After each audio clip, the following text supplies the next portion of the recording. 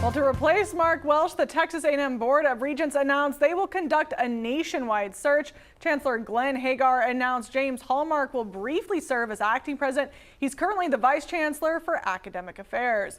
Now, to look at the next steps ahead for Texas A&M, we're joined by R. Bowen Lofton. He was the Texas A&M president from 2010 to 2014, and he also served as the chancellor of the University of Missouri-Columbia. Thank you so much for joining us today. Now, you've been through hiring as a candidate for as someone on a search committee. How do you sum up what that process is like? No way to sum it up. It varies. Texas A&M has had a lot of ways they've done searches for both the chancellor and a president. We don't know yet. I'm sure that some members of the Board of Regents will be involved. It could be a totally Board of Regents committee. It's likely one with some board members on it, possibly some alumni, possibly some folks from the current campus environment, from the faculty or the staff.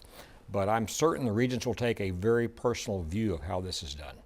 All right, and how has the process worked at A&M before, and how has it changed over time? Well, normally there is a committee of some kind, but the other thing you normally find is they'll hire a search firm. There are half a dozen search firms in the country that specialize in doing these kinds of searches for very high-level people at the chancellor and president level. So my assumption is they'll hire a search firm. That firm will not just take applications, they will go out and actually ask people to be a candidate. People at this level don't necessarily send you a note saying, I want to be considered to be an applicant. They're actually going to be required to be convinced this is an important thing. So knowing what the job will be like, as this has happened, which is kind of sudden, that's going to make people nervous, I think. And I believe it'll take a bit of persuasion. That's best done by a very experienced, knowledgeable search firm. All right, and what stands out about Texas A&M University for a prospective candidate? We're big. We're very big. One of the largest universities in the country.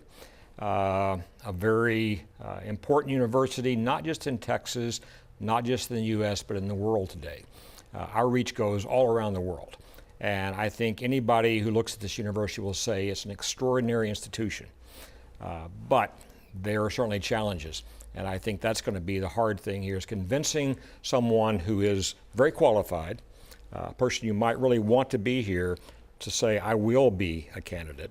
Because they don't like instability. They don't like things changing rapidly. That makes it very difficult to be an administrator when things get changed day by day almost sometimes. And I believe that's going to be the hard part here, is having that conversation. And I believe there'll be a good search firm pick that'll help them make that happen. All right, and how highly sought after do you think it will be, and do you think it's going to take a while to find this? What do you think the timeline is? It could. When I left the presidency here in 2014, it was almost 15 months before we had a new president physically here. There was interim in place. Dr. Hussey was interim for quite some time, and that could happen here. It just depends on how rapidly someone can be identified who wants the job and is highly qualified for it. Hopefully there's more than one person in that category. Normally you like a handful, like 3 or 4 people as finalists, basically. I've been on searches where we had hundreds of people we considered, but you neck it down to between 3 and 5 people typically. Bring them into interview processes, let them not only hear from you, but hear from them especially about how they would react to certain circumstances, and make the best choice you can. All right, so I guess it's just a waiting game, huh? It is. Don't be in a rush, is all I can say.